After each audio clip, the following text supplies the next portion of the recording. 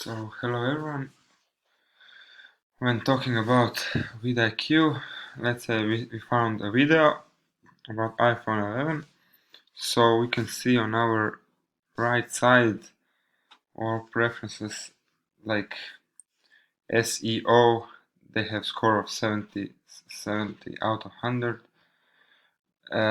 We can see here vidIQ score, we can see views per hour, we can see how many views it has, 300,000.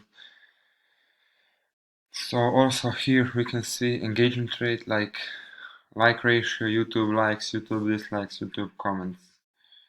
Also here are some others. Here we can connect with Facebook.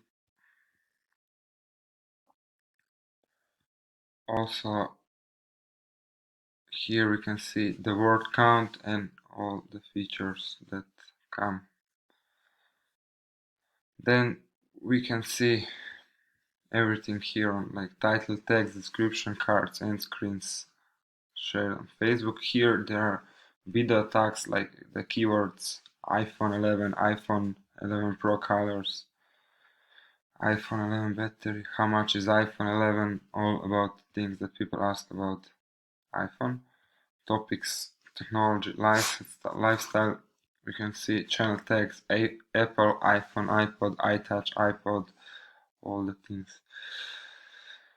Then we can see in the channel daily views, it's United States. Then we can see 6.4 million views last 30 days. We can see how many subscriber it has, 600,000. Then daily subs, and basically that's it. vidIQ helps you to see how basically the video is productive or some features based on that.